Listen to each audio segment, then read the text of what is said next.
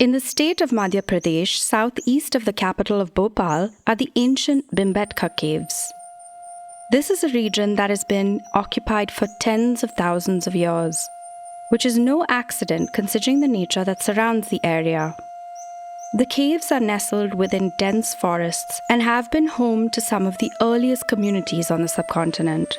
On their walls, you see prehistoric paintings of birds, bison, and people. We don't know a lot about early Indian society, but from the pictures, we can see their relationship with the nature that surrounds them.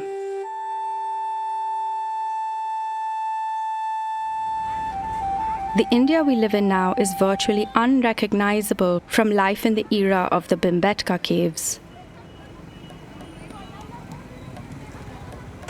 Over the past few decades, the country has urbanized rapidly and transformed into one of the fastest growing economies of the modern world. But our ancient connection with nature lives on through a wide range of traditions, religious beliefs, folklore, and crafts.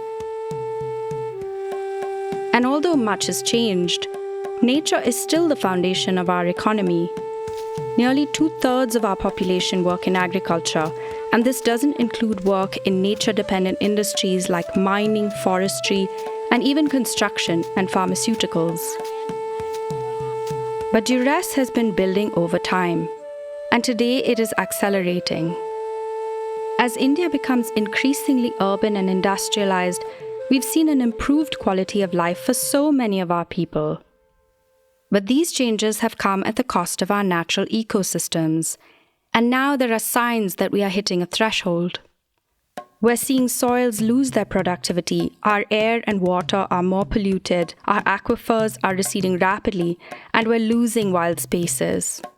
We're also living through unprecedented shifts in our climate, from intensifying cyclones battering India's coasts to sweltering heat waves, like the one that melted roads in Delhi in the summer of 2015. And as our lands transform, young people are being forced to leave their homes and villages to find work elsewhere. Scientists tell us that we have less than a decade to halt the trajectory we are on. This is a crucial decade, what the UN is calling the Decade on Ecosystem Restoration. It's an urgent cry for collective action to respond to the global ecosystem crisis. But it's not all bad news. There are examples of how we can reimagine growth, examples of how we can sustain ourselves while respecting the delicate balance of our ecosystems. A growing body of evidence points to nature-based solutions, which demonstrate how the welfare of people and the welfare of our planet and biodiversity are linked. Nature-based solutions are built around the needs of local communities, honoring their rights and participation through collaborative solutions. In India, many of these solutions have been practiced for decades. So why have nature-based solutions, or NBS as they are often called, not been adopted to their potential?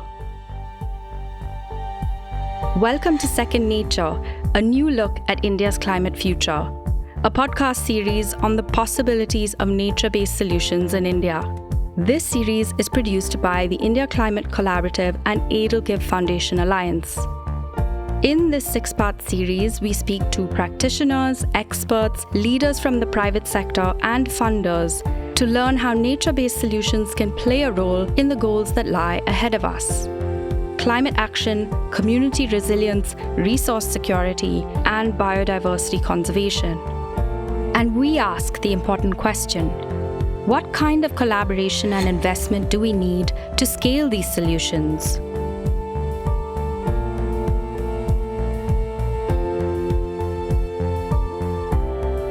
Episode 1: Rediscovering Natural Solutions. In this first episode, we explore what nature-based solutions are, how they have evolved over time, and what it means to be nature-based. If the decades preceding this one were about the science behind climate action, building on the research and the information gap around climate action and what needed to be done, this really is the decade of action. Shloka Nath is the acting CEO of the India Climate Collaborative, or the ICC, a first-of-its-kind collective working to identify critical sectors that need investment and drive funding towards climate solutions. When it comes to global climate action, India has an important role to play. As the second most populous country in the world, and soon to be the first, India has huge resource demands which put pressure on its finite natural resources. Land, for example, is a critical resource in India, because not only does it provide food and livelihoods for over 1 billion people, it is also home to 4 of the world's 34 biodiversity hotspots: the Himalayan belt, the Northeast region, the Western Ghats, and the Nicobar Islands. However, in less than a decade, 1/3 of India's land has been degraded, and that puts pressure on all of us that rely on this land for sustenance. At the same time, there are clear actions we can take to transform our development model. A report by the World Resources Institute in 2018 finds that in India, 18 million hectares of dense forest outside the protected area network can be protected and sustainably used. We could replenish our soil, secure our food systems, build resilience to climate risks and impact, and remove harmful greenhouse gases from the atmosphere. Imagine that. There's a growing realization across board that industrial agriculture served us really, really well when we were in an absolute food insecure situation, and that was way back in the 60s and 70s. But since then, it's led to the overexploitation of land. And we need to transition to more environmentally sensitive or agroecological approaches to cultivation. Rohini Chaturvedi is an independent consultant on climate change and the environment. She's also an advisor to the ICC. My work primarily involves thinking about ways in which we can scale forest and land-based actions to address pressing problems of our times, be they the climate crisis or extinction crisis, or even issues around food security and nutritional security. Rohini recently worked on a report with the ICC Edelgift Foundation Alliance called India Advancing with Nature, the State of Play on Nature-Based Solutions. It explores the current scenario around land-based NBS in India. The term NBS has emerged more recently in the context of climate change, but its scope goes far beyond. They target a broader set of goals, domestically and internationally, that can range from biodiversity conservation, green infrastructure, water and air quality management, to food security and disaster risk management. In India, a number of existing interventions can qualify as nature-based solutions based on their principles and techniques. As Rohini explains, this means that these solutions look very similar to many initiatives implemented in the past. When we travel through northern India, especially western UP and Punjab, we'll come across these blocks of trees in the middle of farmlands. And they are plantations you can make out because the trees are all the same species growing in straight lines, usually of the same height, usually of the same girth. So you know that they've been planted at roughly the same time. This was part of a farm forestry project that happened in the 70s and the 80s. Natural farming techniques, or agroecological approaches, as we call them, approaches that look at food cultivation in ways that also sustain the environment. A lot of traditional agriculture was about that. It was about minimal tillage. It was about leaving lands fallow, about good soils management, adding locally available manure, whether it was from livestock or it was, leaf litter. All of these techniques have been in practice. Essentially, the NBS umbrella includes all efforts to sustainably manage and restore ecosystems in ways that can solve social challenges. These solutions are holistic, which means they provide benefits for both people and biodiversity. As Rohini points out, these are traditional practices that go way back. These are approaches that you will see in many parts of the country, especially, say, for instance, in tribal societies. Their agriculture, earlier, 20 years ago, we used to call it rudimentary, backward, and subsistence because it only produced enough food for people to eat. And it was in many ways seen as an inefficient, ineffective way of farming. And today we are celebrating that under NBS because that is what we see as being more environmentally benign and more sustainable, and also producing food that has better nutrition quality, and which is what all of us want. 8% of the world's biodiversity is found in India, on only 2.3% of the global land area. The Western Ghats are one of the oldest biodiversity hotspots of India. This mountain range, which spans an area of 60,000 square kilometers, is home to at least 325 globally threatened species. But in these Ghats, there has always been a pull between development and environmental goals, with some communities justifiably demanding that they be allowed to work the land for their survival and economic benefit. On the other hand, there are calls to protect this biodiversity hotspot. Can NBS offer a more balanced path? I think what's important to bring out here is that currently in India, a large part of our population is actually reliant on agriculture as well as forestry and, of course, allied sectors. And nature-based solutions really serve as a route to protect as well as enhance those livelihoods which are engaged in these sectors. So again, to give you an example, let's take agroforestry, right? It's a traditional way of combining trees with crops. It's an effective example of a nature-based solution because not only does it enhance income streams, but it helps build soil health. It allows us to look at carbon capture as well. And you're looking at 17% now of the global carbon storage is actually in forest lands, which are managed by indigenous populations and local communities. So we have to recognize their stewardship and their contribution in keeping these carbon stores intact. These communities, can be compensated through really innovative nature-based solution models. So we do need to think about, how to bring communities in a larger way and how nature-based solutions really allow us to do that. That is the kind of forward thinking we want to see around nature-based solutions.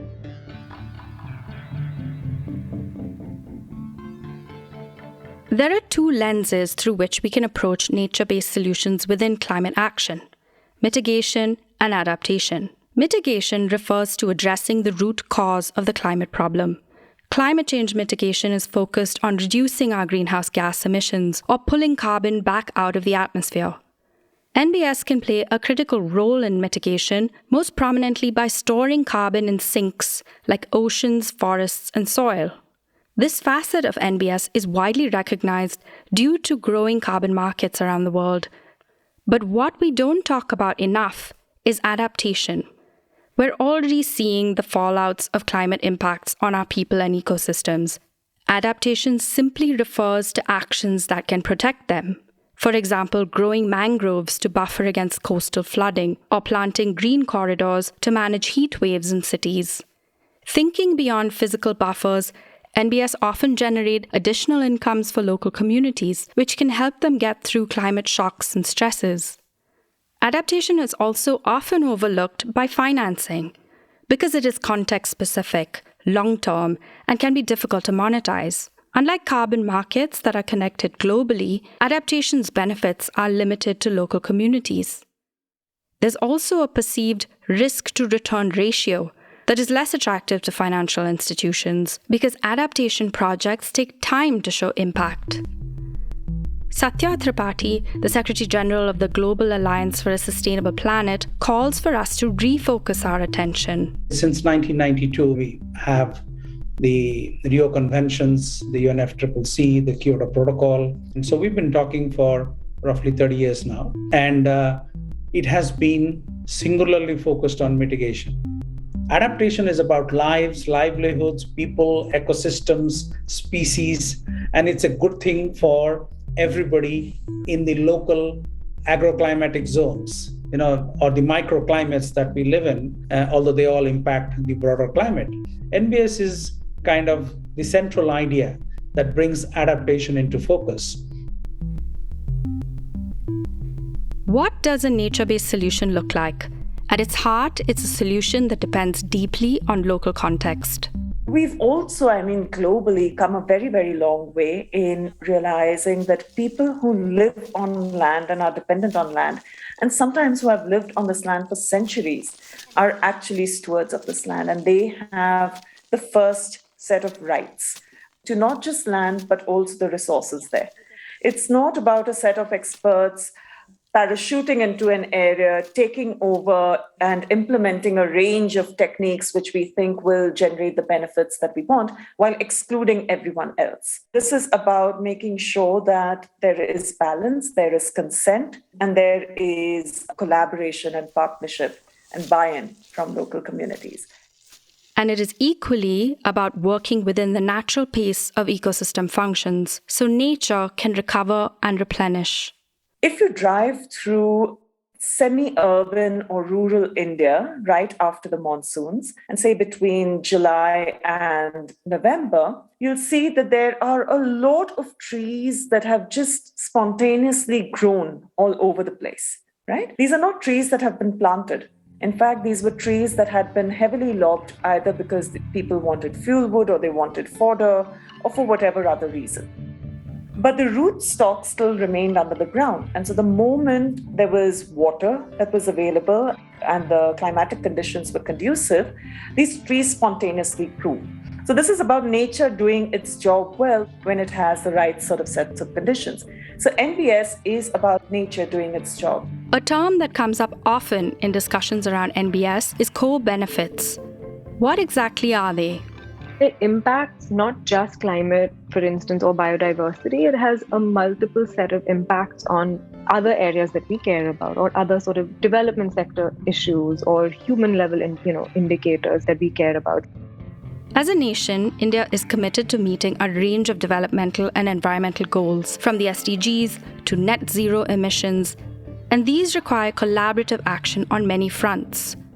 NBS interventions may be focused on environmental goals, like getting more organic matter into soil, but they can also have other outcomes, like giving people ways to earn more money or improve their health or quality of life. The World Resources Institute did an analysis recently, and they found that by restoring degraded landscapes in Siddhi, that could actually lead to 3,000 micro-enterprises. It could employ 30,000 people, including women and youth, and of course, landless residents. It would allow them to sequester more than 7 million metric tons of carbon over a decade or two. And seeing this and realizing this, the Madhya Pradesh government, which was already at the time a front runner in implementing India's Rural Employment Guarantee Scheme, or NREGA, actually indicated a strong interest in pursuing this initiative as an avenue to really build back better in light of the pandemic. So for them, they've opted to use nature-based solutions as a means of recovery and of building back their economy and of providing a means of income generation for their communities and their people. Forests, especially very diverse and old ones, are huge storehouses of carbon. This is primarily due to the uptake of carbon by plants and trees as they grow, but there's also an important connection with soil. A vast quantity of carbon is stored in the soil, and a concerted effort to improve agricultural practices has the potential to build soil carbon over time. But it takes time and dedicated effort. There are many technological interventions that draw carbon out of the atmosphere, but what sets NBS apart is the number of other benefits that go along with this removal. And that's across a range of microclimates and habitats. And again, nature-based solutions allow us to place an emphasis on preserving this local biodiversity, right? It's critical in a country like India where there is so much competition for land. In late 2021, at the 26th United Nations Conference on Climate Change, or COP26, India pledged that it will reach net zero emissions by 2070. It is one amongst its several commitments to fight climate change, like the Bond Challenge, which is a global effort to restore 350 million hectares of land by 2030. Today, India's NBS programs are largely driven by the government. But when complex programs such as these are driven by a single stakeholder, they tend to take on the attributes and limitations of that stakeholder, something that collaboration has the potential to solve. Rohini walks us through some of the roadblocks she believes exist today, such as a siloed approach to implementation.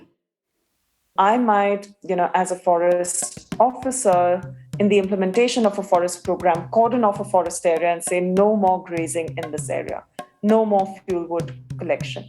That's fair enough. I'm well within my rights to do that. However, what happens to all that cattle that was grazing there? they're not going to disappear overnight. In the absence of an alternative, all that's going to happen is that they will move to the croplands and they will severely degrade the croplands. So what we need is for a program or a strategy or a policy that looks at both of these together. As competing demands over land increase and land parcels shrink, their productivity changes. And as regulations determine their use, conflict is bound to intensify. In India, governments, indigenous communities, civil society organizations, and private corporations at local and international levels all contend for access and decision-making power over the use of land.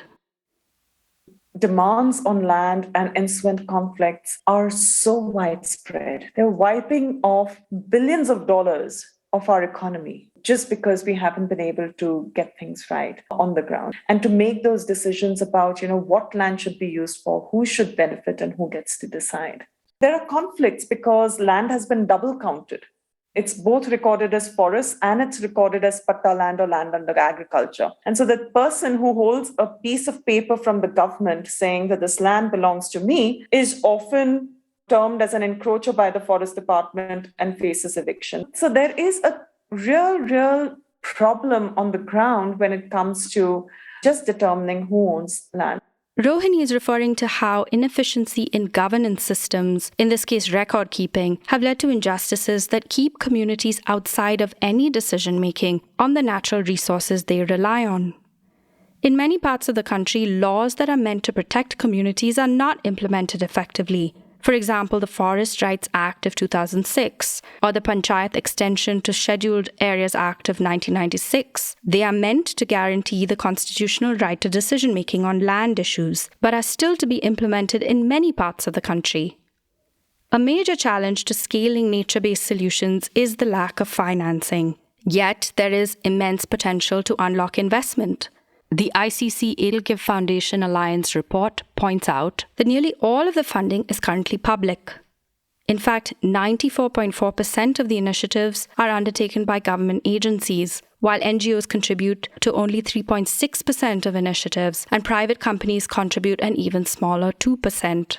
Philanthropic capital can be a catalyst for scaling and speeding up action. It recognizes the longer timeframes required when working on environmental problems. NBS projects take time to bear fruit, and this needs continuous, dedicated, and reliable streams of financing.